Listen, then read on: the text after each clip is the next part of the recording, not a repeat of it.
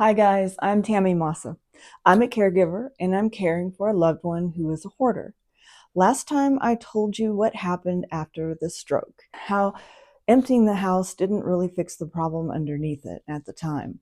I want to pick up on something that I only half understood back then and fully understand now. For a little while after that hospital stay, she was reachable in a way that she hadn't been in years. Not agreeable exactly, but open.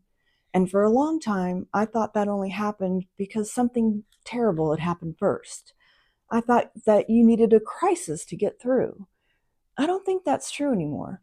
I think that what actually happened is that something shifted in how safe and how capable she felt, even if just for a few days. And it turns out that shift doesn't necessarily require an emergency. It can happen slowly and in different ways if you're paying attention.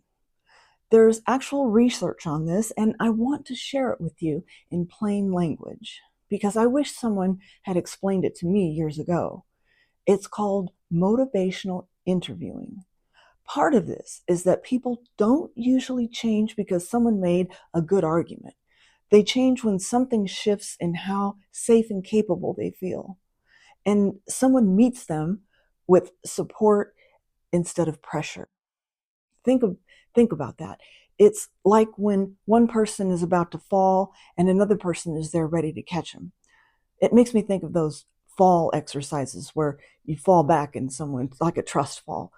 Studies on hoarding specifically back this up. The barrier usually isn't that people don't understand the risk. I mean, people have eyes, they can see it, it's all around them. It's that they aren't motivated to act on it under their current normal to them conditions. Everything is fine, they say. I don't see the problem. It's when the conditions are no longer normal for them that and they don't feel so safe.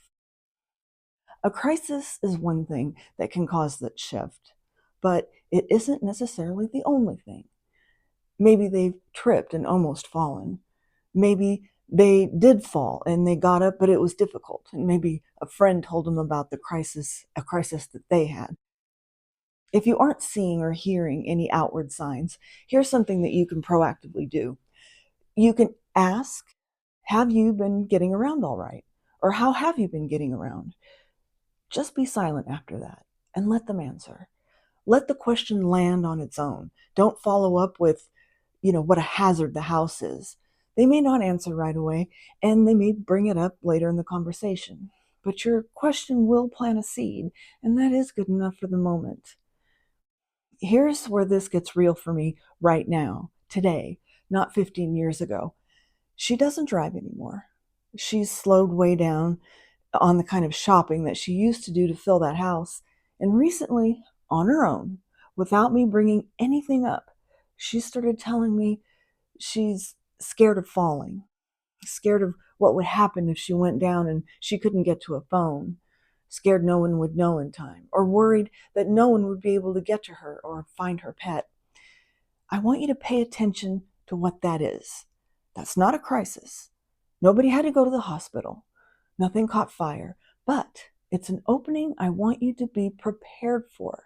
The same kind of opening that stroke gave me, except this one showed up quietly on its own because of age, not because of an emergency. I didn't have to wait for something bad to happen. It was just there if I was willing to see it. So, what do you actually do with an opening like that? First, here's what I tell you not to do. Don't pounce on it. The second she says, I'm scared of falling, it may be so tempting to say something like, well, if your house wasn't so full, the paramedics could get to you. I could get to you. Try to avoid that. That turns her fear into a lecture about hoarding. And the second it becomes a lecture, she closes right back up and you've burned that opening. What I'm doing instead is I'm meeting the fear with exactly what that fear is asking for. She's scared of falling and not being reached in time. So we talk about a medical alert device. We talk about who checks on her and how often. We look at fixing the actual fall hazards in the paths that she walks most. None of that requires her to get rid of a single thing. It just requires her to let me help her with the specific fear she brought to me. And maybe moving some of those things to that other bedroom for a while, out of sight, out of mind, then out of the house. Yeah. And here's what I've learned after 15 years of getting this wrong more than I got it right. Trust gets built by actually addressing what someone is scared of first, not by using their fear as a door to the bigger conversation you actually want to have. If you do that even once, they'll feel it, and they won't bring you that next fear. The bigger conversation might come later. She has to be able to trust that when she tells me she's scared, I'm actually there for that and not angling for something else. If you're watching this and you're waiting for some big moment to force a breakthrough with someone you love, I don't think you have to wait for that anymore. Crisis or no crisis, the skill is the same. Start paying attention and look for the openings. Notice when someone becomes a little bit more reachable. Have a plan ready so that you don't waste it when it happens. Sometimes that window is a stroke or some other crisis. Sometimes it's just a woman in her 80s quietly telling you she's afraid of falling. Either one counts. Subscribe if you want to keep learning this with me, one video at a time.